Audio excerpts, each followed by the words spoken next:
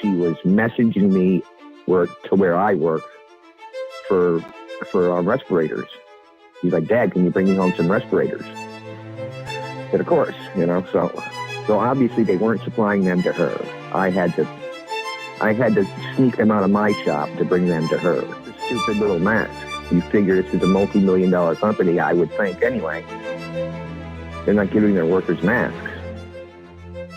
She's begging me to steal masks from my shop.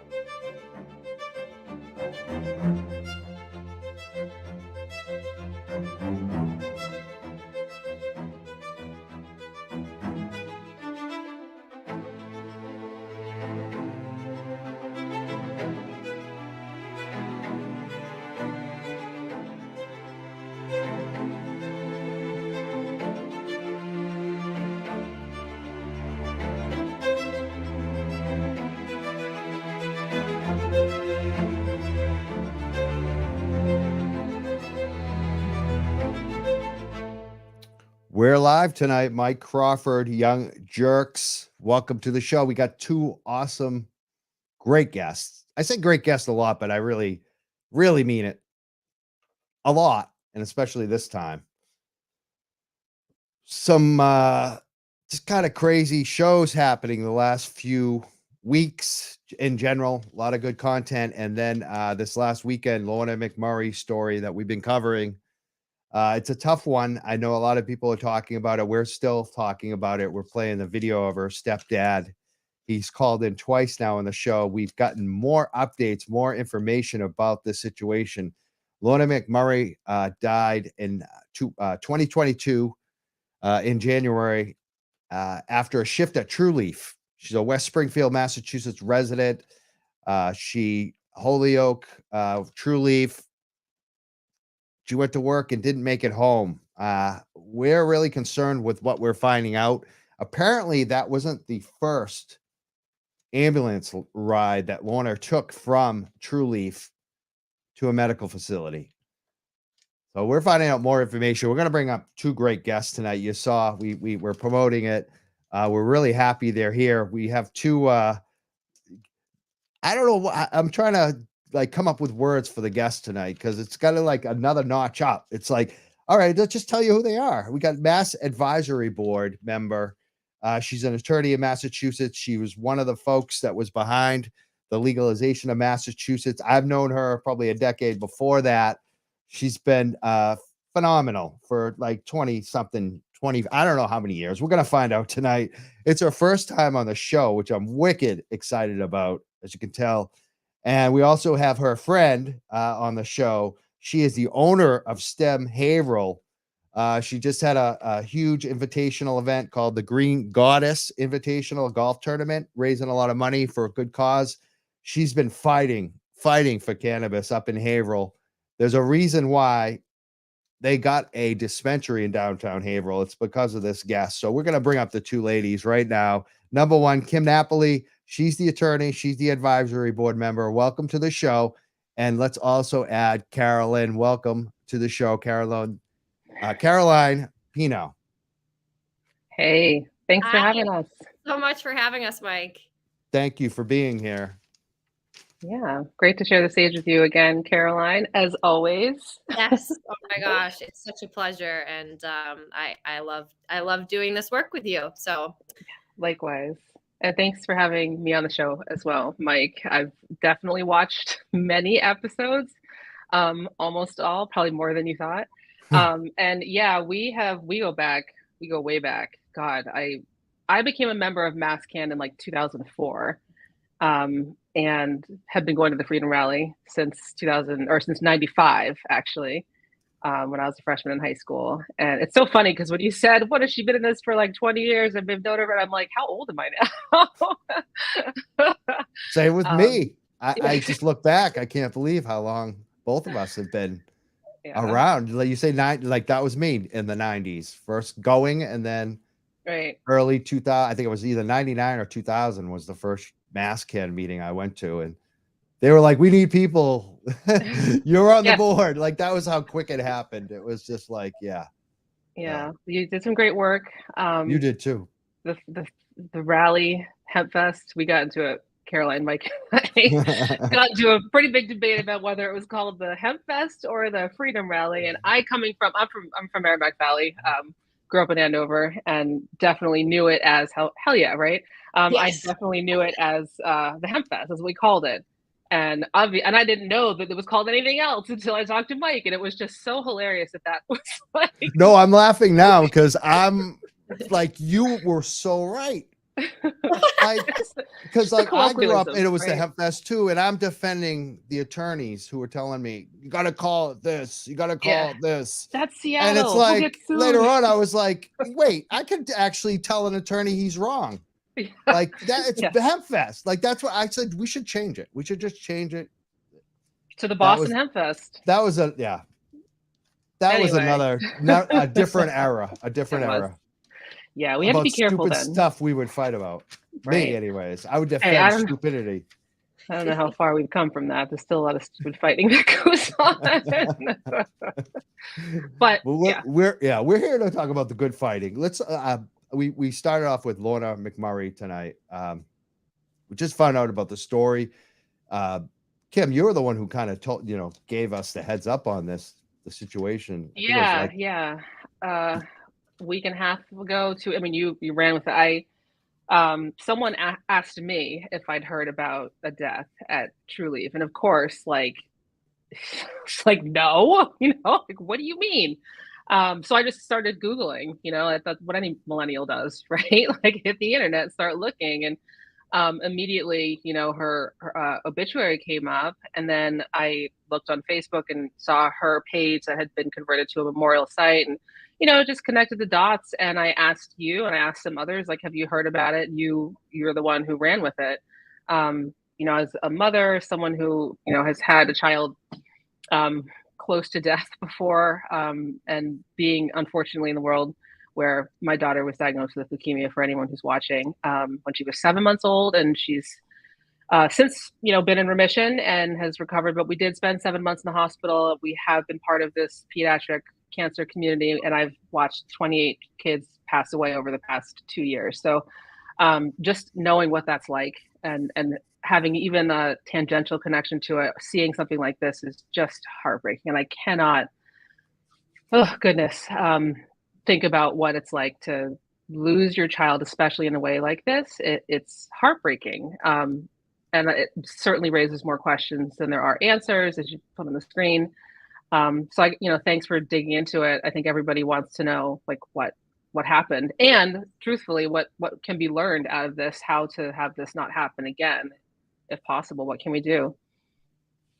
Absolutely. Yeah, I think for me, and just being made aware of the situation also recently, I think it makes me as an operator constantly turn the light on our own operations and how we are supporting workplace culture. Not only, physical safety, but mental well-being.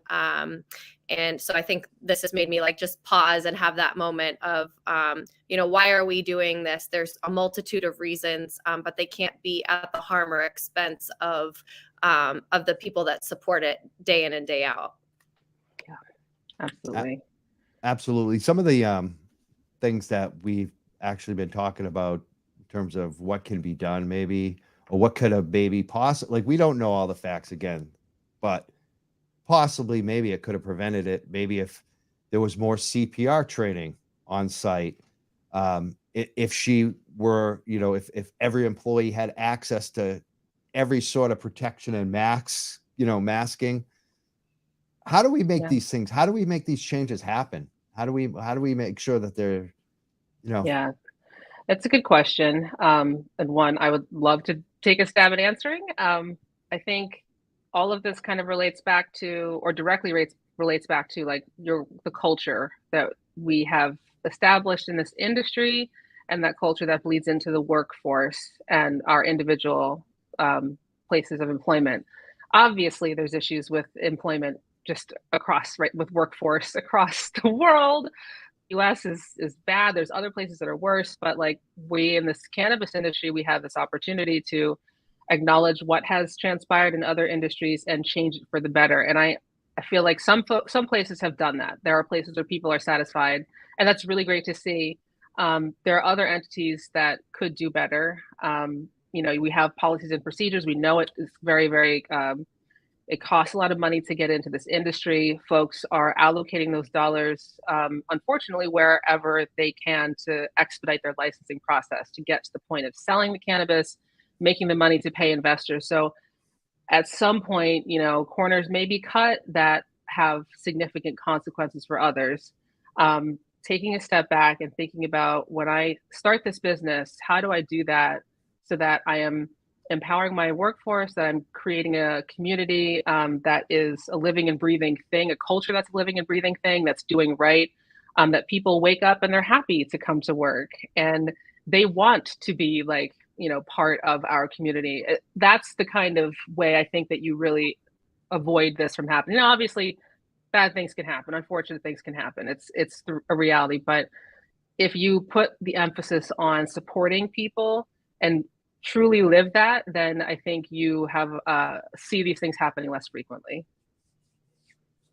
Caroline, do you want to add anything to that? Yeah, I think just also what I have observed just in my 2+ years of operating a singular entity. We're just one singular recreational shop right here in downtown Haverhill. Is that, we want to see our employees go off into their next venture. That means we've done our job. And I feel like setting that tone has been, a learning curve that I've had to come to, because there's at a certain point, like, we want to continue to want more for everyone that works here. But that doesn't always align with the perception. It doesn't always land that way with your employees, even though you're setting out with that intention. So, it is difficult as an operator to set that culture. And I think it's a process that, as long as you're being honest and constantly, re-examining the way that you're doing things and seeking advice from, anyone and everyone you can outside of your own entity that knows more than you do. And, I have a huge network in the cannabis space that I rely on to, help give guidance and advice when I feel stuck or concerned. And so I think if you're approaching your business with that mentality, that your intention, is in the right place. And I think if you're not there yet, that's okay. But to know that and try to make steps to, opening that side of your business as well. Yeah, we're not playing the game Survivor here. I just made this I love the show Survivor, and I just was thinking the other day how the cannabis industry is so much like it. Like that show, like we're all like creating alliances and like fighting and then scheming and strategizing and like hoping to be the final person. Exactly. Who will survive? Like, that's the end. Like, yeah, and it's like, but why? And it's so like antithetical to what cannabis is and does, like in the just how we use it in the real world before legalization. So that doesn't line up for me. I love what you said, Caroline, about reaching out and working with people and using beacons, people that to be a strength that you might not have and learn from them. Like, we shouldn't be so siloed.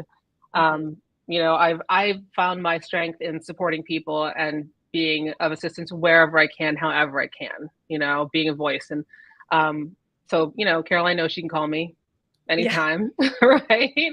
And Mike, I think, we haven't spoken in years, but like this past couple of, you can text me and I'll answer. Like, we're talking all the time. Yeah, most people know that about me. I mean, and I feel like we're, not everyone is the same, but to the extent that we can kind of open up and like try to do this together, as opposed to like it's adversarial and it's me versus you, that's not serving anybody. It's just not helpful. Right. No. And I think we should also be like including our community and our personnel, our family, like, including them in the culture outside of just the single building that they're working in or the type of role that they're in, and broadening the horizon to like what it means to be a part of the cannabis community as a whole, and how that translates as an operator, especially one that's consumer facing. In our case, it's up to us, and we have the obligation. Sometimes we're people's first interaction with legal cannabis, and that's a huge responsibility that we don't take lightly and that we're excited about. And so I think, that's a real opportunity that we have as operators to include our employees and lift everyone up together. Mm-hmm. Yeah, totally. And you're right, Caroline. You mentioned listening to feedback from your employees. We're not always right, I mean, and neither are they. Like, it's a relationship, and you have to pivot, and things happen that are not born of either party, but that you have to navigate together. And if you want to be successful, that's something that you're going to make an effort to like engage and listen and try to find a resolve. We're all learning. And I think if we actively say, like, you know what, I'm done. I'm not listening anymore. Like, that's the day you start failing. That's the day you start dying. Absolutely. You've got to be ready to learn something new, keep an open mind, change your perspective, because you can learn, we're always learning every day. I feel like my dad right now, like he would say that to me. So I want to ask about, though, go back to kind of the workers' rights, Lorna McMurray. In terms of like buttons to push, like the community, I could tell, like we've gotten so many comments, even like before I even had a chance to look up the OSHA report, people were sending it to me from listening to that last, like that doesn't always happen. Like they're doing the reporting for us. Like, so there's a lot of interest in this story. Should they be contacting the Cannabis Control Commission or the legislators? Who's more likely to actually do something here for the workers in the cannabis industry? So I know that the commission has a constituent like hotline, right? Like it originated as the patient. So I've got a fruit fly in my office. My husband with all this fruit, like always leaving. Anyway, so there's a constituent hotline you can call. And right now it's kind of focused on either patients or consumers, but wouldn't it be great if the commission expanded it to workers also, right? And there may be something like this, and I'm just, if I'm misspeaking, then someone chime in and correct me. But if there was some ability for workers to report things, because we've seen folks say stuff. And as an employment law attorney, I've spoken with people who have said, well, this happened and this happened. And my question is, did you report it? Have you told anyone at the company? Have you told your manager? Did they do anything? And if you haven't, did you tell the MCAD? Did you tell the AG's office? Did you tell the cannabis? Have you followed OSHA. these steps? And Yeah. Usually it's like, no, I have. Well, OSHA is definitely good, but OSHA doesn't provide a private right of action, which means that they can come in and they can fine the operator, the employer, for not creating a safe workplace, but the employee themselves has no recourse. They can't say, okay, this happened to me. There's workers' compensation for that, but there's also, there's obviously civil suits, but there's other avenues that should be explored. And it's not simply about getting like remuneration or being made whole as an individual. It should also be about preventing this from happening again. That's what OSHA is supposed to do. Exactly. But they haven't. It's funny because that they didn't do anything in the past. They, and now it seems like they cracked down on this company after the fact about some, like, I don't even know really. I got to like look into it more, but it just doesn't seem like they're on the ball. It seems like they're kind of behind it, Yeah, I think part of it's just that, like, the newness of the industry and them not knowing what their right or role is in actually managing it. Like, they've got lawyers there with them too, and they've got staff who, these are people at the end of the day, who probably would prefer to say no to more work. I hate to say it, but now that cannabis has been around, at least in Massachusetts, and legally for over multiple days, go back to California forever, almost, at least as far as my lifetime is concerned. It's getting to a point where you can't ignore it anymore. Again, I think the focus should be on, obviously, Lorna's family. I would love for the facts of this to come out, for them to get closure, to understand what happened to their daughter, and for there to be some resolve for them. I would like for every worker to feel safe going to work. Nobody should be afraid or feel nervous. And, there are cannabis cultivation, processing, manufacturing facilities have, explosive materials. They have chemicals. There can be dangerous, just like any other facility that has things like that. So there is a responsibility to do more than just simply have policies and procedures in place. You actually have to train people. People need to know how to stay safe at work. And again, that culture is very important in making sure that people feel safe there. We got a couple Facebook comments that we're going to post. One from Karen Hawk. She writes, Carolyn Pineau, and then gives the green heart with a big exclamation point. I forgot that part. Yeah. Hi, Karen. Yeah. And Barbara, a friend of the show. She's been on the show in the past. She's a ex-worker at New England Treatment Access. She writes, thank you for reporting on this and shining a light on this. She's quite a person, Barbara is. Thanks, Babs. And Donna Hackett, she's like our best caller now. So if Donna, you have to call in tonight. You missed the last couple shows, Donna. Agreed, she writes. I don't know what you're agreeing on, though, Donna. Well, I think she agrees with everything. Yeah, sorry. I agree with her profile picture. Yeah. Fuck cancer. It is Pediatric Cancer Awareness Month. I have to say that. So yeah, fuck cancer. More power to you in your journey. Another comment. All right. There are a lot of other things we want to talk about tonight too. One of the things is the golf tournament. The Green Goddess. Did I get that right? Yeah, I did. Green Goddess Invitational. Tell us about this and what it was. It looked like awesome and banging. It looked like really cool. Yeah. So actually, this upcoming Monday is the 1-year anniversary where I came up with the idea for the Green Goddess Invitational. It's for Breast Cancer Awareness Month through the Greater Haverhill Chamber of Commerce. And it was an all-women's 9 and wine event. And there's still time to get involved if you're interested in this through the Haverhill Chamber. But we had this amazing night, 40 women out raising awareness for breast cancer and coming together, more importantly, to support one another. And I left that event knowing that I wanted to do something similar in the cannabis space, which is largely male dominated.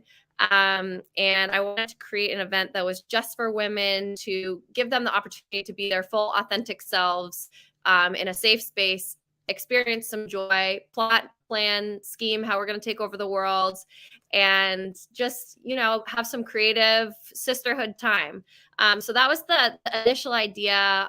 We aligned with a local charity to support their mission. And what really culminated from the beginning, transformed over the several months of us planning it. And what we actually pulled off on August 1 was incredible. It was 250 women in cannabis gathered together at the Renaissance Golf Course in Haverhill for a day. There was a 9-hole golf tournament led by a local LPGA tour professional who came and did an amazing workshop, Kathy McPherson. We had an all-star panel. Kim was on that panel, along with Shalene Title, Mitzi Keating, and Dr. Uma. So that was a really educational, special evening together. We kind of culminated the evening with this. And throughout the day, there was just all these special moments, including, kind of all the men that were there to support that day, a private discussion regarding restorative justice with Freeway Rick Ross, who joined the tournament at the last minute and came to support what we were all there doing that day. So yeah, I'd love for Kim to share kind of what her experience was, but for me, it was just an opportunity to work alongside women to plan something for women and just see what we could do with it. And I think ultimately, what we've started to work on is hopefully the beginning of some nonprofit work together, creating our own nonprofit, and seeing if we could take this on the road, this mission of women collaborating to create something really meaningful. Yep. Yeah. It was the greatest thing that I've ever been to. Like, I just had so much fun. I walked into it not knowing what to expect. So just by way of background, Caroline called me some point during the year and said, hey, and this was like the first, cold called me out of the blue, like, hey, I got your number from Will Luzier, who I worked with on the campaign and has been working with Caroline. And he's been super helpful for her in a number of ways, but Will's a good guy. You're good with Will, you're good with me. And and she's like, I'm doing this tournament, and was really kind of conceptualizing it still at this point, and was like, do you want to sponsor, be involved, or help, be on the panel? And I was like, I mean, yeah, it sounds awesome. Like, I just picked up what she was putting down and was down from the beginning, and she put it together, and I couldn't like conceptualize what it was going to be like. So walking into this event, I just like immediately my mind was blown. I got married at a golf course, and this was better than that. Like, don't tell John. I don't think he's listening. Maybe he won't care. But it was amazing. It was so well done. I have so much love for you, Caroline, and like the ability to see something and put it together and execute it in the way that you did. You're a true visionary, and you're badass. Like, the things that you've been through these past couple years, just trying to get to where you are now, and then you did that. Like, oh my God. I just, yeah, mad respect for you. Everyone who showed up that day was in the same mindset, and we just I don't know, it was like a vision quest or something. Like, we all had, like, we're like, oh, it was so great. So I'm really looking forward to, as Caroline mentioned, we have been talking about forming a nonprofit to do these types of events further and broader and bigger and small and large and just different capacities, but really to have that, share that feeling, to replicate that to the extent that we can catch that same lightning in a bottle again.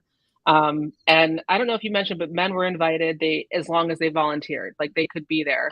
Yes. And volunteered, and it was they did. It was just such a great event. Highly recommend anyone who wants to be involved, like, hit up Caroline or reach out to me. And as Shalene says, the Green Goddess Invitational was legendary. It truly was. Yeah.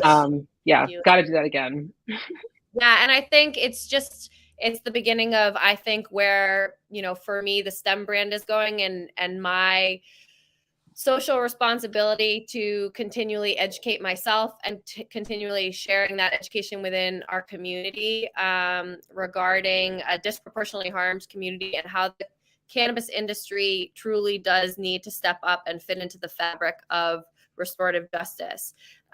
So this is our creative way of trying to do what we can towards that, and knowing and recognizing always that there's so much more work to be done. So if that is something that speaks to you as an operator, I would encourage you to just reach out to us, because the more the merrier, and we're going to get in this together and work synergistically and positively as industry leaders, men and women, but specifically in this case to lift up women within the cannabis industry, because women are amazing and they have really creative ideas, and I think we can do really cool things together. So in the name of sisterhood, that's what we're gonna be gaming to do.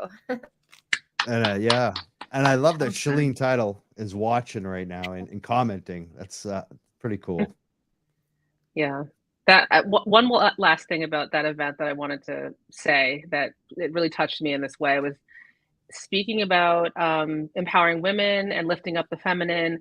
Women and other folks in similar discrete groups have kind of like assigned characteristics and assigned roles in this world, and maybe we all do to a certain extent, but women in particular. It's one of the reasons for the laws changing around asking for previous pay when you go to an employer, because women will typically and statistically at high rates tell you a lower rate than men get paid, because they're just used to, that's what they get paid. So in order to stop women from undervaluing themselves unintentionally, they can't give that information unless there's been a conditional job offer made. So I liked this event because I felt as though upon arrival and throughout the experience, you kind of just like shed those expectations, those things that you have assigned to yourself or accepted as who you are and as your role. Like I was, at least, and I don't know if anyone else felt like this, but I felt like I could be anything, and I could learn anything, and I could talk. It just felt like an opportunity was presented, and that is the kind of thing, I think, when you get to that point, you're now able to start changing culture. You're now able to start learning and moving in directions you might not have been inclined to go in before.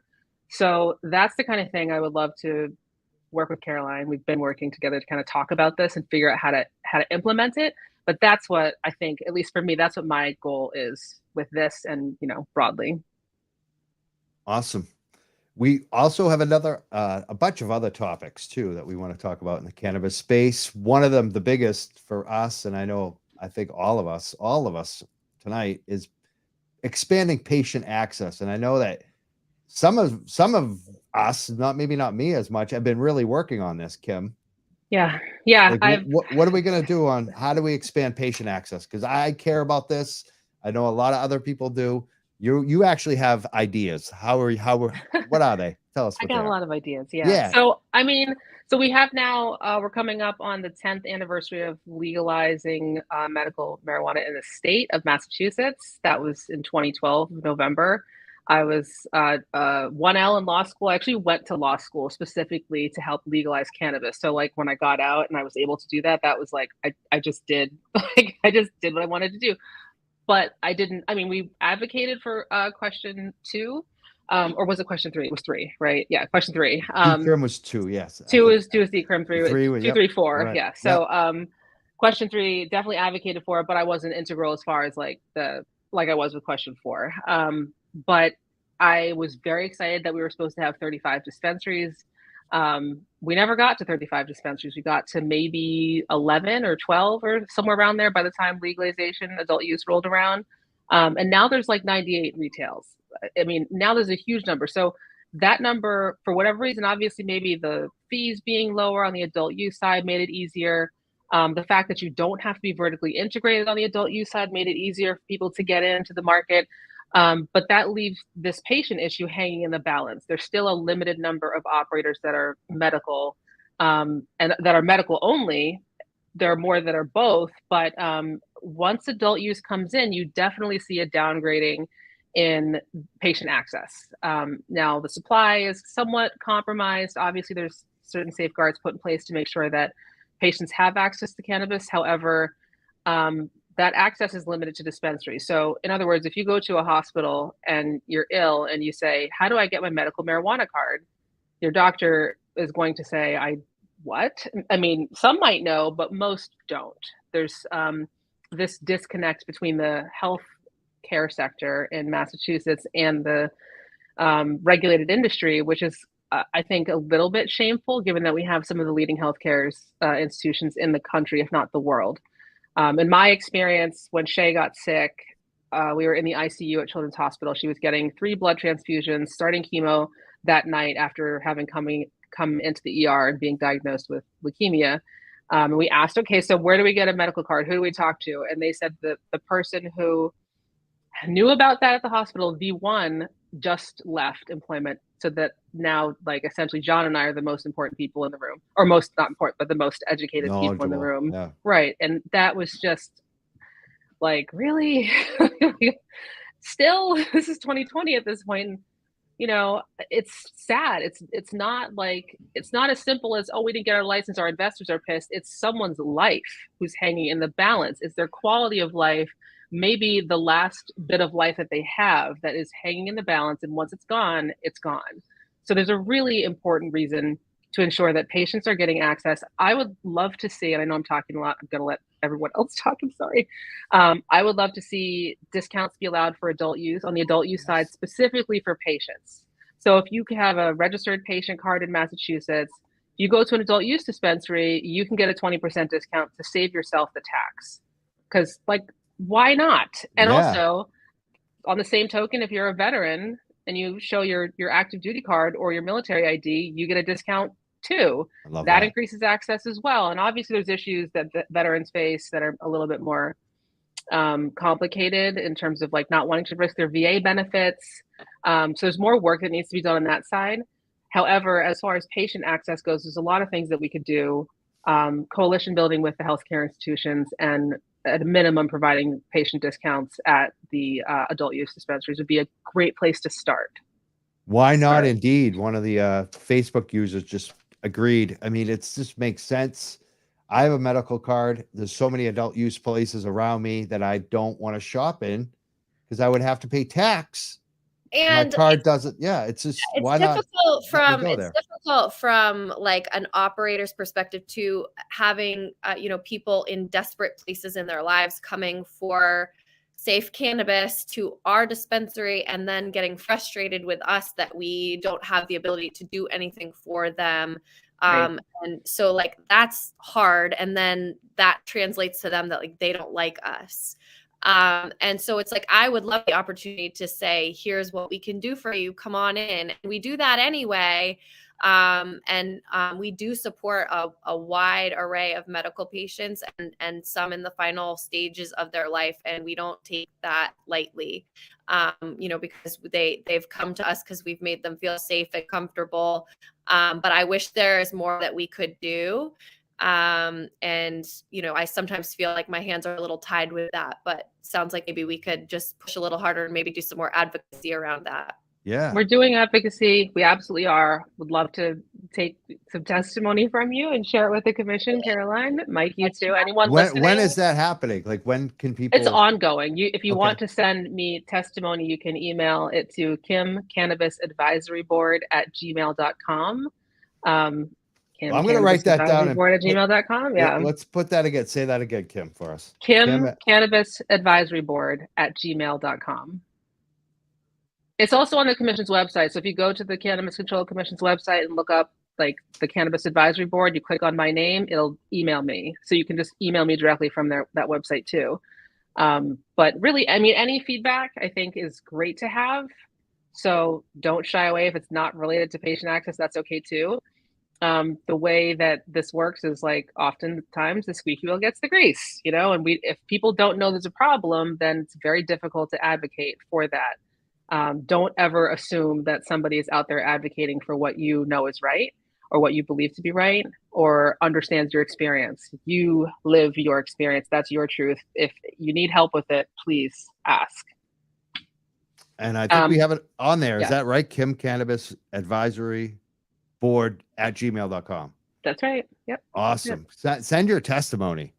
I know patients are listening that don't have the time or they're not active. They don't know what to do. Just send Kim your testimony as a patient that you would like to go to an adult use place with your medical card, or if you're a veteran and you can get a discount. I mean, this is common sense stuff. Yeah. Or other, other issues. I mean, I think patients, in my experience, I mean, my daughter, I'm a medical patient. I have been since 2014, but my daughter, when she was diagnosed, was 7 months old. She wasn't advocating for herself. I was the one doing that. So she wasn't in a position. And I know plenty of other people who are in similar situations, folks who are either end stage or just the treatment is so awful, they cannot get up. They cannot write. We're talking about people who are in very, very serious situations and need a voice for them. So please, if you know someone, if you're a caregiver, whether that is a traditional caregiver in terms of like, I'm a caregiver for my daughter, or you're a cannabis caregiver, please reach out to me. I would love to talk about you with ways to expand the caregiver program, specifically relating to cannabis, or to support caregivers as they're helping their loved ones. Awesome. This is the Young Jerks. My name's Mike Crawford. I'm with two great guests tonight, Kim Napoli and Caroline Pineau. And we're also taking phone calls. If anyone wants to call in tonight, it's 978-560-3155. If you have any questions or comments on anything that we're talking about tonight, you can definitely call in. We have some other topics too we want to talk about. Like number one, like we've been talking about workplace a lot. Workplace development is one. There's also some others I'm looking at over here. You know what one I want to get to is Shannon O'Brien. Can we talk about that? Because that's like everywhere right now. I guess we have to. Yeah. So why don't we talk about Shannon O'Brien, workplace development, and I think those are like the next two we really need to kind of touch on. Sure. Yeah. I mean, I feel like, unfortunately, the cannabis industry has such a spotlight shown on it. In some ways it's deserved, in other ways it's not. This is one way where I think it is deserved. We need to have regulators and people paying attention to this industry and supporting this industry in the way that it needs to be supported and attended to. If we have folks who are doing the appointing who are opposed to cannabis, or who are making regulations who are opposed to cannabis, I mean, that feels like a problem. Like, why would you put someone on the board of a nuclear power plant who hates nuclear power or who doesn't know anything about nuclear power? Like, it doesn't feel right. That doesn't mean you can't learn about it, but it feels like there was an opportunity with 5 seats, that you could have someone from the industry who knows about it, and they passed over folks who may have been qualified in that respect and chose someone who just happened to be the former treasurer. Like, it's a little like, really, that's okay. I hope, all that said, I hope they do well. I hope that they hear whatever feedback is coming from this, that they address it, and that they move forward in a way that is in the best interest of the industry, right? That they support operators, they support communities, they support patients, that they listen, and that they do what needs to be done. That's all I care about. So she could have worked for whoever. I Right. don't really care. I just want her and all the other commissioners, and I've spoken with a lot of them. I haven't gotten to meet Shannon yet. I wish her the best of luck. I wish all of them the best of luck, but I, again, just really want them to do right by the industry, period. Amen to that. Caroline, do you have anything I'll to add just to that? say, kind of to echo what Kim was saying, I think, like, I can only judge anything in this industry based on my own experience and like what I am privy to per se. I can't, read people's minds or intuit other people's experiences if I haven't had, been personally, educated on them. And I think I kind of go into every relationship that way, and every interaction that I personally have had with our state regulators has been not perfect, but like in the tension in the right place, the intentionality in the right place. And I think that has been a cool thing to be a part of as an operator and, someone who hopes to make an impact on a growing industry. I think it's important to work collaboratively with people that, have the power to make changes. And so I have appreciated, opportunities to interact with the commission and to learn from them, and, for them to also like listen to feedback of mine. And, I have felt like there's been progress. So I, want to shine light on the progress as well as much work to still be done. And, let's dig in and all work together on it, because we can do it. And we have enough smart people in this industry that passionately believe in cannabis, that we can really make an imprint. And you have, I mean, Thank both you. of you have. You've both done so much for this industry. I want to make sure it's abundantly clear to people too tonight, because you actually fought your city, Haverhill, who was, I'm going to say, was gouging you and a lot of other applicants of the city of Haverhill, like a lot of cities and towns did. They were charging too much. They were charging more than what the law asked for, what the law said. And you fought back. You fought even to open against other folks in the town that wanted, we don't even get into that. You've been fighting all the way. And recently the law changed. And I think a lot of it was because you were fighting, you were exposing it and showing how unfair it was. So both of you have done so much over the last couple of years. I would just want to make sure that people are very aware of that. Do you want to even mention, comment on any of those? Sure. I mean, for me, it's like, in order to be like an authentic human being and hopefully business operator, because it's one and the same. It's like, this is a passion for me and my husband, and we do it with all the best intent and know that we make mistakes. But from the beginning, we've established that we were passionate about bringing cannabis to downtown Haverhill. And there was a lot of people that thought that that was too progressive and that Haverhill wasn't ready. And, for all the aforementioned reasons of, the stigma that still very much exists. But the importance of fighting for patient access and consumer access. Why shouldn't it be right in the heart of Haverhill's downtown? There's a way to do it the proper way. So from the beginning, we started with that as our mission. We're one of the state's 120 or so economic empowerment applicants, which means that we, had a vested interest in our community, which has been disproportionately harmed by the war on cannabis and drugs. And therefore, like, we were elevated to hopes that we could make some systemic change in our community, and make a lasting impact and provide opportunities for jobs, and economic growth in this community. And we were committed to that from the beginning. So we established with our city, our municipality, that these 3% impact fees had to be reasonably related to our operation. And that was acknowledged from the beginning. And when it didn't turn out that the city was providing us with the information that we needed and the transparency we needed to vet that these, supposed impacts existed, that's when we kind of raised the red flag and said, enough is enough. Communities should be held accountable. And that's the bottom line. We are one of the most highly regulated businesses in the Commonwealth. And I think that there's a moral, personal, professional, ethical obligation on behalf of municipalities to also have to follow the law and follow the rules. So we did fight for legislation. Our local legislators were amazing. I'd love to give a huge shout out to Senator Diana DeZoglio, who's running for our state auditor seat this upcoming election. She has fought with us since day one for legislation reform, and State Rep Andy Vargas. So thank you so much to them for standing by STEM as a local operator in the cannabis industry, and for fighting for this change. The night that all this legislation passed, Diana DeZoglio stayed up the entire night and drove straight to our golf tournament to celebrate, women pushing the glass ceiling.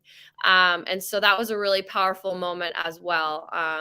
So that's what I'll say about that. I think, it's all in just being an authentic leader and trying to do the next right thing all the time. And even if that comes at the cost of having to sue your host community, I don't want to be in beef with my city. And I think for the most part, I'm not. I think the community really rallies behind us, which is has been really encouraging. I just think people in power need to take the same accountability, responsibility, and have an ethical obligation to do the right thing. And in this case, I think the right thing is very clear. Awesome. Kim, you want to add Here. anything? I would just add about this. Well, I guess two things, but first, the authenticity piece, that a little authenticity goes a long way.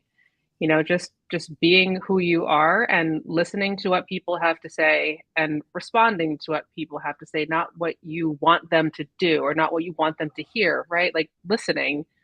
And we're not all mediators or, have that bone in us that, enables listening, but there's something called active listening.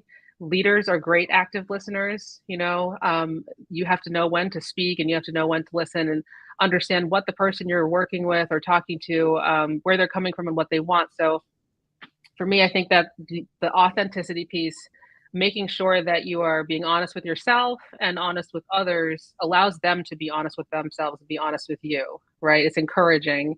And that's part of building that culture of a workplace that is good, or just a world that is really good, that we can all kind of be our best selves in and see our kids grow up and be happy and have access and opportunities. It's not that cutthroat, me first, only me, that's not going to get us anywhere. So I see a lot of infighting in this industry, a lot of, jabbing back and forth. And, it pains me to see, because I think back to when we were trying to legalize, everybody just came together. We were all like, this is what we have to do. Let's just do it. I'll do my work, you do yours. And we're all doing it for the same reason.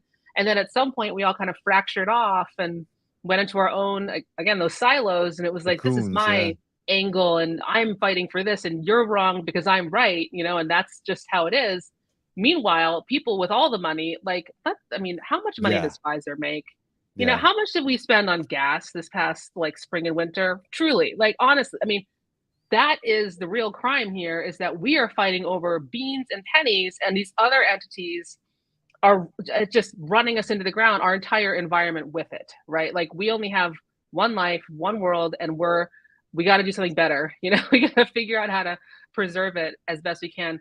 That brings me to my point about social equity, which is one of the topics we wanted to touch on. Yes. Caroline, you mentioned social equity. I would love for folks in the cannabis industry specifically, to kind of take a step back and think about social equity in terms of less like a buzzword. You know, I feel like now people say social equity and like hair stand up on the back of people's necks, and it's like a point of contention, something for debate. And the reality is social equity is going to mean something different to me than it does to you, Caroline, and than it does to you, Mike, and to everyone else, right? Because we all have our own truths that we live. We all come from different places and live different experiences. So thinking about social equity from the cannabis industry, from an operator standpoint, how are you meeting the needs of the community that you're trying to service? I think we're talking about the war on drugs. The significant impacts that you see are related to housing, education, health disparities that are so significant, obviously generational wealth. These things that we could, food insecurity, these are things that we can begin to address at the inception and start to help people to really empower themselves, to economically advance themselves. Not everybody wants to work in the cannabis industry. Not everybody wants to like take training to like learn how to grow plants or whatever like that. It's great for some, but that's like kind of, you've skipped all these steps that are necessary to get people to a point where they can actually utilize that. They need a safe place to live. They need to be healthy. They need money. They need food. Like this is the way. So I would love for the cannabis industry, if you have a positive impact plan you have to write, think about ways to really impact social equity at its roots. And I guess that's a pun now. Yeah. But like at Yeah. the stem. Yeah.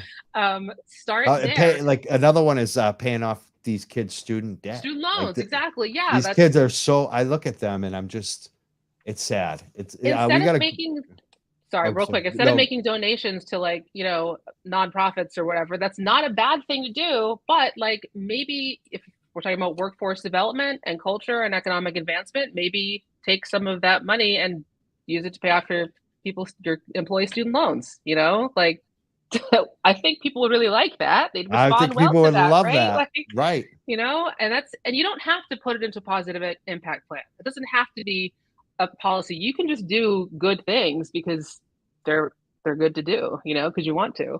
Because you're a badass. I think this is tied also so much. And Kim, thank you so much for highlighting and redirecting like the positivity behind social equity. And I think I would just echo Kim so much. And I think that we have an important opportunity to come together and collaborate with people in the industry to do really important things. And so I have really appreciated, Kim, your friendship and your accountability and, your lens that has allowed me to like think about things in a different way and challenge me. So absolutely. I think that's the work of where we go. And I think that's through collaboration and positivity. So I appreciate you having us on, Mike, and highlighting all of this and the work that we specifically as two women in the industry are trying to spark. And I think the feedback has been awesome, and we look forward to continuing that work together. Absolutely. So we just got another comment too from Shalene Title, who's watching. She wrote, so many companies face that situation, and Caroline Stem were the only ones bold enough to take a stand on behalf of all of them. That's true leadership. Really, it really is. Absolutely. And I think the fight is like not about the money; it's about the principle behind the action. And I thank you, Shalene, for saying that. It means a lot because I think it's all about the intention in which you do something. And it might not always be understood by the people that you hope receive it. And that's okay sometimes when you're listening to your authentic voice. And so thank you for seeing that, Shalene. Thank you for seeing that, Kim. Yeah, it can be a real struggle. I was fired from Parallel last year. Or was it last year? Yeah, last year. And there was a lot of talk about it. If anyone has any questions, you could read the Boston Globe article. It's got the answers there. Or you can call my husband. He loves talking about it. But that had people saying things about me that I knew weren't true. I was in the hospital with Shay at that point. So I was literally, she's receiving chemo at this time. So I was not talking to anyone about it. But my credibility was called into question. And that was hurtful to me because I know who I am. I know what my intentions are, and people who work with me and who know me also know that. So to have other folks who don't know me or have only heard of me or seen me in a couple of respects latch onto a story or some narrative and spin it, that was hurtful and harmful. But at the same time, I knew, like, okay, that's you do you. You can think that I'm still going to do good. I'm still going to go and do the work that I'm still here right now. Again, that game of survivor, right? Like I didn't let it take me out. And people will try to. People will try to get in your way, distract you, say negative things about you, or make negative comments. And that it is what it is. You just have to stay on your path, be your authentic self, and keep going. And don't listen to the noise. Caroline, you want to say anything on that? Yeah, no, I thank you, Kim. Thank you. And it's not always easy. My husband and I, like I said, we put everything that we have into this business, and it's like not easy taking on a lot of these big like standing in our truth, basically, and at whatever cost that means. And I think that will hopefully pay dividends in the future for our business and what we stand for. But I think more importantly, it's redirected us to why we got into this work in the first place. And that's to make a difference. That's to hopefully leave the cannabis industry better than we found it. That's to, work with awesome people and uplift, everyone that we come in contact with, whether that's our customers, our employees, people within the community, and do our best to just keep doing our best. Yeah, positive net gain, right? Like we're not going to win them all, but hopefully we'll win most of it, right? There were a couple more things that we're looking to talk about. One was the workplace development, which I think we kind of mentioned, but I think we could flesh it out more. Yeah, I mean, that was me. My topic of workforce development, like what are we doing and Caroline, you did mention this in the beginning. I'll just circle back to it, but like what are we doing to advance our employees and support them in the work that I do with the various operators, and I'm now consulting around the industry. And part of that's where that idea about student loans, paying them off, like how are we supporting our workers so that they can move beyond us? Like we don't own them. they're people, and this is the workforce relationship is a relationship like any other. Sometimes it's great, and you got people that come and stay, and sometimes like you're not meant for each other. And apologies if you hear my insane dogs. They're not insane, but they're very sweet, but they're barking. Samuel L. Jackson Napoli. I'm looking at my dogs over here. I got a visitor, and he's really good. He's being so good. Oh, good. Yeah. They should listen. They should learn from yours. But yeah, so learning or developing the workforce, creating a workplace culture that allows your employees to have a life beyond your place of employment. Understanding that sometimes it doesn't work out, creating a situation where it is really, like a fertile ground where you can have good interactions and experiences, and people like aren't afraid to come to work, aren't feeling bad, or when they have to report something, they don't feel discouraged from doing so. I've had to report things in, past in my life, and it's not always the most comfortable thing. I think it's important to focus on that from the start. And if you're not doing it and you're listening to the show, it's not too late. It's not like, oh, well, we don't do that, it's too late, it can't happen. It can. You just start doing it. Think about what you would like for your kids, if you have them, or your sister, your brother, people that you care and love and, want to have a good experience, and then do that in your workforce. But I truly think that there's something to be said about creating a workforce where skills are transferable and you can take what you've learned, and, it's like you just move on to someplace else, and that's good for them. They're succeeding, they're moving up.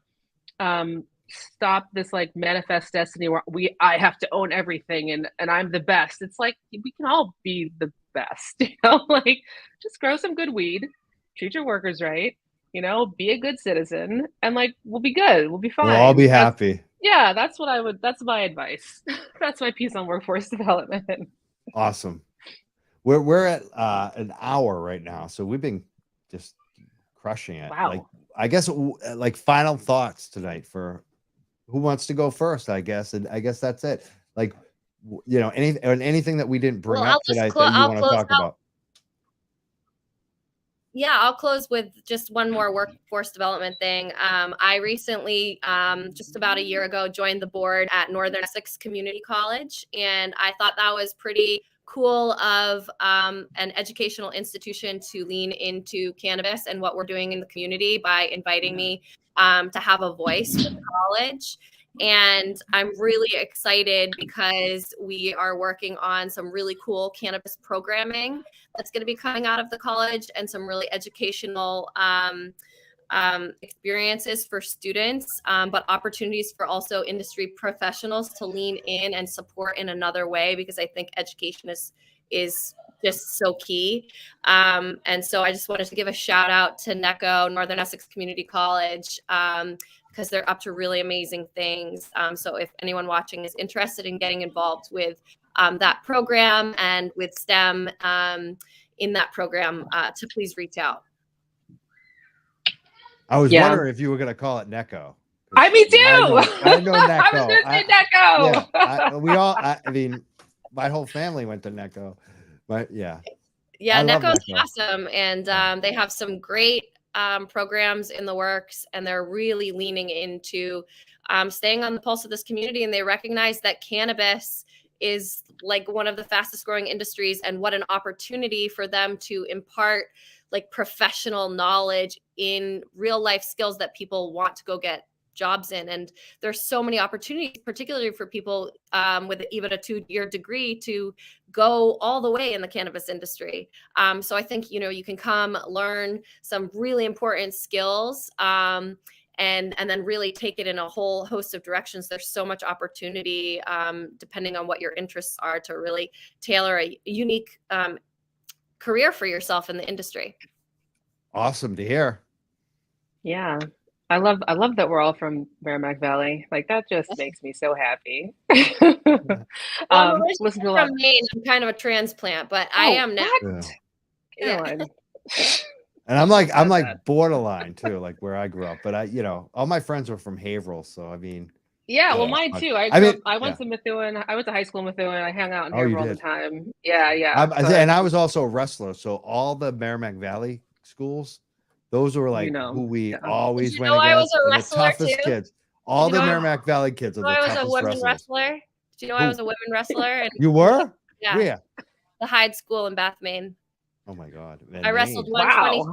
I wrestled 125 and 130 weight class, which was like, those are tough weight classes. It was really tough. I got my ass handed to me, but I did get 2 pins against dudes that season, and I was pretty proud of myself. You beat guys. 2. Yeah. I've seen that happen in high school, and it, like, it's like, wow, you feel, I don't know, we're going off.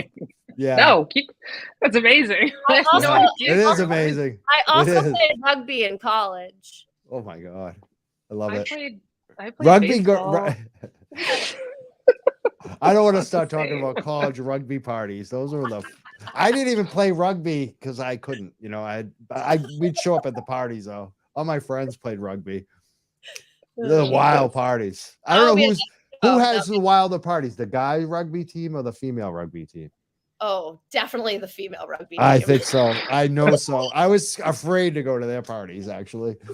But we're off topic now. I love it. So yeah, my hippy dippy like closeout's gonna be weak compared to that. I don't want to say it now. No, good. I would just close by giving people the advice that I love to give to anyone that I speak with who comes to me, asks for my advice. It's mine. It sounds offensive at first, but like I think it is really meaningful, but it's mind the business that pays you. You know, that doesn't mean that you don't care about other things, but I mentioned that infighting and that, like, you know, kind of just getting off track. Like, if you have a goal, you stick to that, and you do everything that you do. It moves you further along the path towards that goal. And that's what I mean by minding the business that pays you. If you're not getting paid to worry about this drama that is not serving anybody, like, just, you know, it's there, let it pass like a cloud, you know, in the sky. I think we get too emotional and too wrapped up in stuff, and we lose sight of what is important. And like I said before, we only have this one life, this one world, and it's our job to make the most of it. We should not be expecting anyone else to do that for us. Yeah, I want people to enjoy their time that they have, and this comes from someone who has been forced into a position unwillingly where they have to make sure that they enjoy all the time that they have. So it pains me to see people suffering unnecessarily, getting bogged down in things. I think rallying together and using our collective voices to benefit the greater good is where we have all seen the most success. It's how we got cannabis legalized. It's how we got a decrim. It's how we got medical, you know? That's how we move these things forward. It's how we got that law changed most recently that we then got to celebrate the next day at STEM. It feels like that's something I want to communicate to people, you know, like let's look at the greater good and try to work together towards that wherever possible. We don't have to be friends. We don't have to even like each other, but we should be able to live in the same world and use each other as resources to move things forward for all of us. I don't think any of that's hippy dippy. Really? Good. Yeah. It's like common sense to me. And it's missing. Like so many people miss like all of that all the time, even including me. Like we forget, we get caught up. But it's common sense. It's common sense. Yeah. Like that's what's my story, and I'm sticking to it.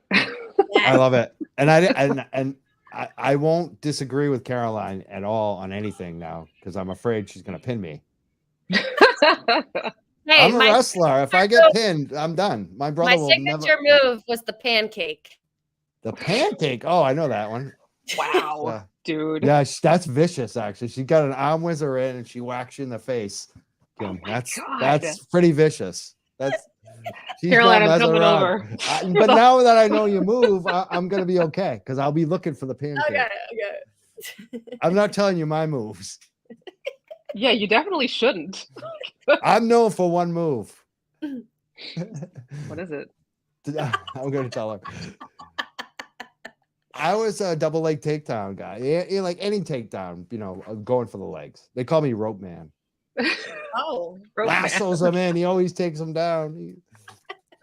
You know, maybe the cannabis industry, like we could have a wrestling match. Yeah, like, I think I'm gonna help. Yeah, I think that's a good idea. Work out some aggression. I'm finding out everyone I know lately is a wrestler. I would have never, and I never would have thought that Caroline would. My husband recently threw out my high school wrestling jacket. I was so upset, and I want to see the pictures now. We're gonna look for that. Do you have a high school wrestling picture? I do. I have video. It said all killer, no filler on the back. Oh, that's awesome. Oh my God, he threw it out? What? I know. Yeah, that's not right. That's not right. We can talk about that tomorrow. Adam. No. We don't, We're gonna have to talk to Adam about that one. Yeah. But I have the pictures and I'll send them to you. I want to see them. Okay. Yeah. We're the Young Jerks. Yeah, I'm into the high school, college Mm-hmm. wrestling. Yeah, I'm sorry, Kim. Go ahead.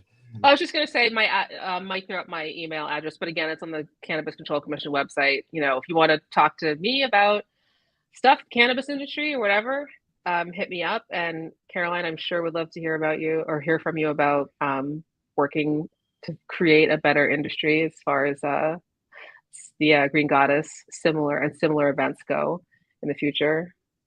I don't want to speak for you, but I know Absolutely. You would. Hit me up on our Instagram page. I check that, you know, on the regular. So would love to connect and collaborate. And Mike, just thanks so much for having us on. It's been really fun. Yeah, thank you so much. Thank you, Kim Napoli. Thank you, Caroline. We're the Young Jerks. We'll check everyone next time. Thank everyone for listening, supporting all the comments. We love you. We'll see you next time. Young Jerks, Mike Crawford. Thank you.